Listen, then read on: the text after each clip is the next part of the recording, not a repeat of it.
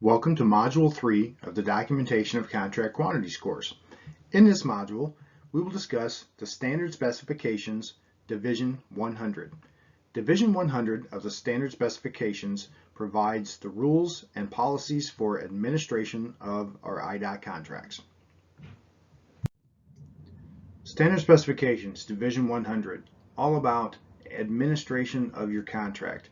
If you do not read any other section of the spec, highly recommend you get yourself familiar with Division 100. It tells us how to execute the construction, administer everything as we go along. It contains the general requirements and covenants for the contract and the work to be performed. The sections that are governed in this class: Section 104, Scope of Work; 105, Control of the Work; 106, Control of Materials; 108, Prosecution and Progress, about timing; and Section 109 is all about payment. Section 4, Scope of Work. The quantities in the plans are estimated and prepared for the establishment of pay item prices. The designers have used these planned quantities in order to give us a scope of work and a basis for bid between several contractors. Payment to the contractor will be made for actual measured quantities as they are performed and inspected and accepted by the engineer. The department reserves the right to increase, decrease, or omit quantities. The contractor agrees to perform the work as altered. There are some provisions in Section 104 if a scope of work is significantly altered, and in some of those cases we do allow the contractor to renegotiate or establish new unit prices if we significantly alter the scope of work as bid. Section 105 is about control of the work. All the work shall be completed to the satisfaction of the engineer. That would be your resident engineer. Anything that's unacceptable or materials that don't meet the spec can be removed, replaced, and that would be at no additional cost to the department. Any work performed beyond the lines in the plans will not be paid for under the contract. This is outside of the limits of construction. It requires prior authorization to change the actual limits of a contract, and that's a pretty major change to an IDOT contract.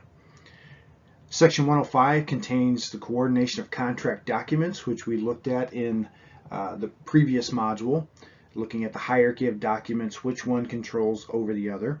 And here's a question: which one has the most control on your project? That's right, the contract special provisions.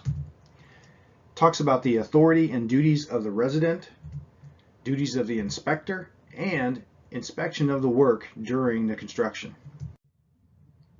Section 106, Control of Materials.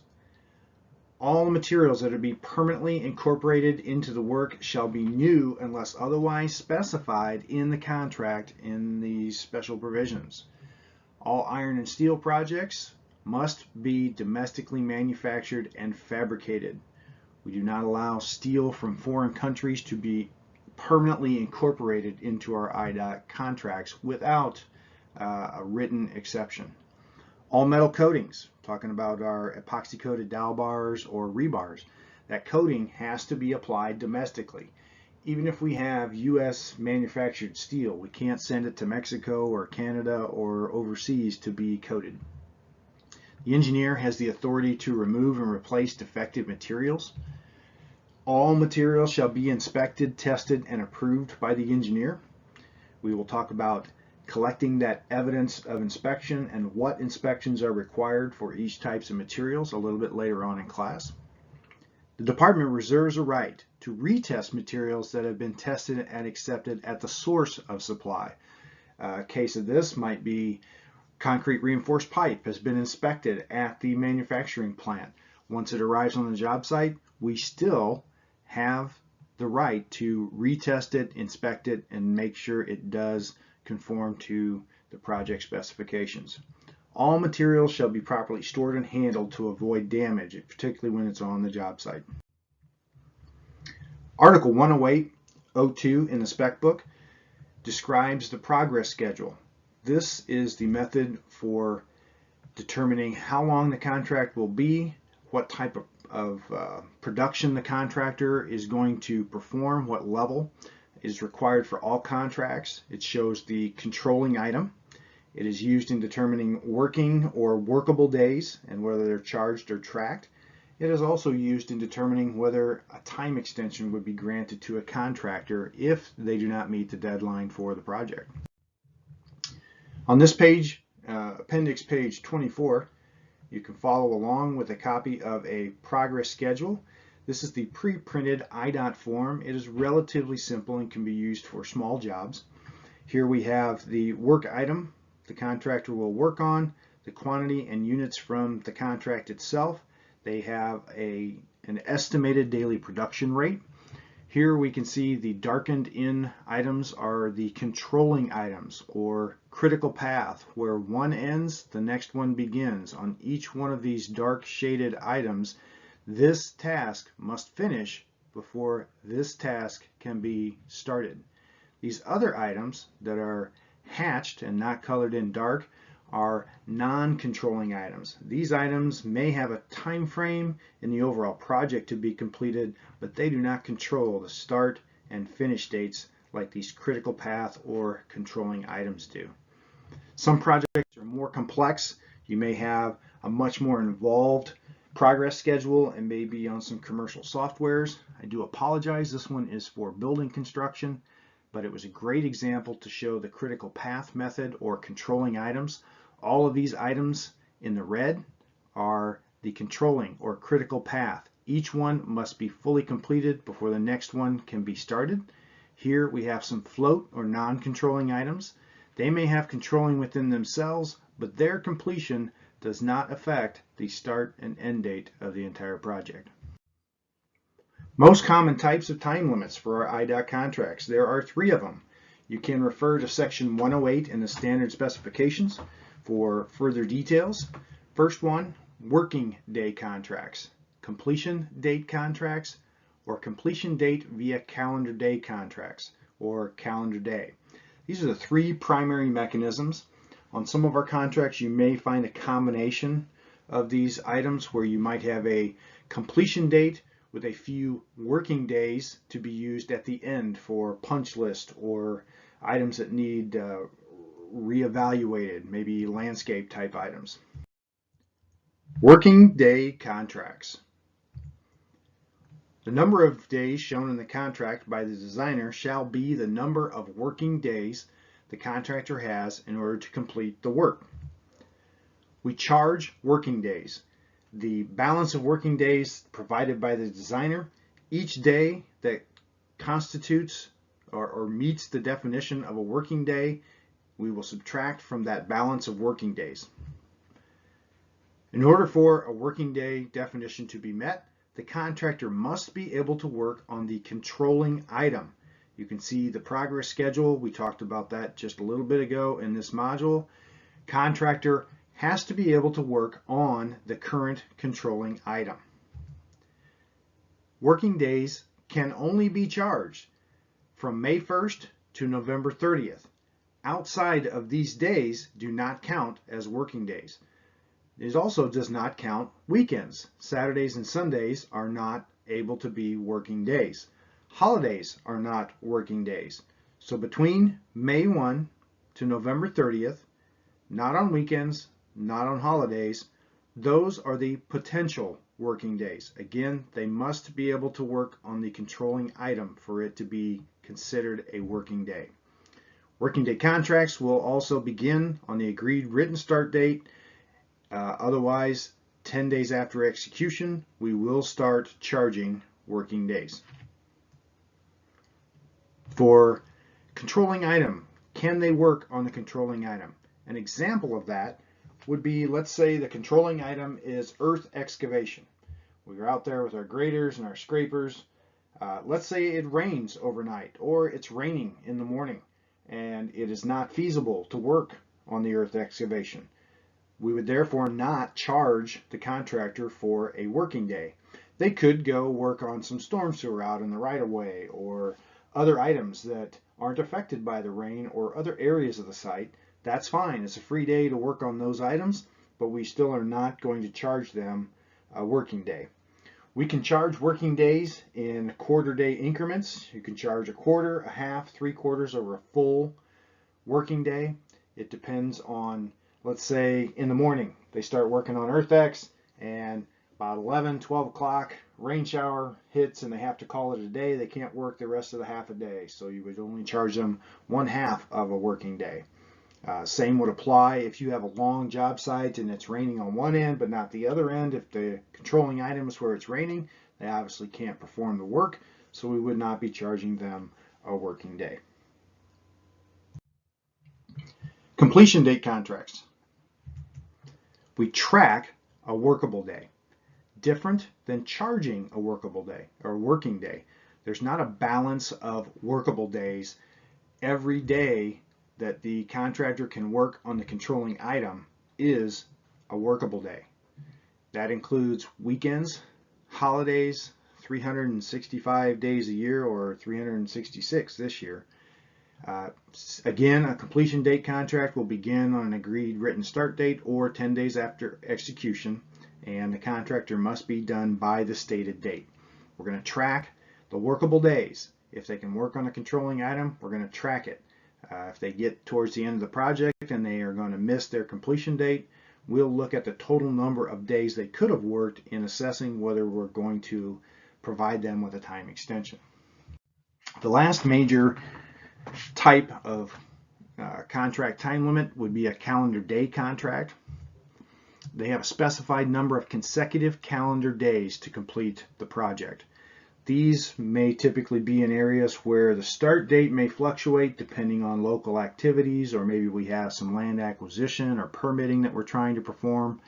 And once we've established a start date, we're going to add up the consecutive number of calendar days that will establish a date of completion or a new completion date. These days, the workable days, will be tracked. Very similar to your completion date contract, we just don't know exactly when we're going to start. Tracking workable days. Completion date, like I said, is going to be determined by adding the number of calendar days to the date the contractor begins work or 10 days after execution. There are penalties for exceeding time limits. In Article 108.07 on page 57 of the standard specs, talks about the method for assessing liquidated damages. We do not cover this in depth in class. We want you to know it's there. However, we won't have any other information or exercises on this concept. Section 109 is all about measurement and payment. We talked about the parts of a specification, and there were two that we were very interested in for measuring and paying, and that was method of measurement and the basis of payment. Section 109 provides the general guidelines and rules for all of our measuring and payment. No deduction will be made for fixtures in the roadway of 9 square feet or less. What is a fixture?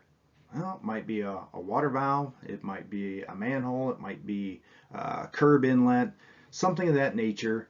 It could even be a manhole out in the seating area. If that object or group of objects covers a space of 9 square feet or less, we will not deduct it from those area items that are going to be paid for. What is the roadway? Most people will tell me, oh, it's from back of curb to back of curb. That could be the roadway, and that's definitely the traveled lane would be between the curbs. However, you can go to the very front of the spec book, right in the beginning of section 100. There are definitions that IDOT defines what their terms mean. And if you look at the definition of the roadway in the front of the spec book, section 100, it defines the roadway as right-of-way to right-of-way between the limits of construction. So that not only includes the traveled paved lanes, it would include sidewalk, grass, ditches, all that area between right-of-way to right-of-way between the limits of construction. Longitudinal measurements for areas of base courses, surface course, pavements, and shoulders will be made along the actual surface of the roadway. So if we have a road that's traveling in this direction and I want to measure the length, maybe I have some elevation change, right? Well, I would lay my tape right along the surface of the roadway if I'm going along. If you think along the road is longitudinal. Difference would be transverse measurements. They will be the exact horizontal dimensions shown on the plans. What is a transverse measurement? Well, transverse measurement would be like the width of a paving lane. If IDOT asks for a 12-foot lane, we're going to take our tape and we're going to hold it on the level as straight across as we can and measure 12 feet. Normally we have some type of elevation change or crown in the road, but for transverse we're going to go straight across on the level. Alright, how to pay, method of measurement, and basis of payment. In the construction manual in section 109 07-1A, pardon me, it tells us when to pay, what to pay, what not to pay, corrections to pay estimates, and our material allowance guidelines. Pay estimates are the method we use for getting the contractor paid for the work they've performed. We've inspected, measured, and now it's time to pay them. In the construction manual in section 109, or you can look on appendix page 29, are required at least monthly if the contractor has performed greater than $1,000 worth of pay item work. Minimum frequency once a month. Must be at least 5 days between pay estimates. Once you submit electronically your pay estimate to Springfield, it has to be reviewed and approved and posted as an official pay estimate. The construction manual, also on pages 30 and 31, states that the payment amount cannot exceed the adjusted total quantity. So our adjusted total quantity is the planned quantity plus or minus any additions or deletions. That would be our adjusted total quantity. If you put an amount in a pay estimate that is greater than the adjusted total quantity, it will only pay up to the total adjusted quantity at that time.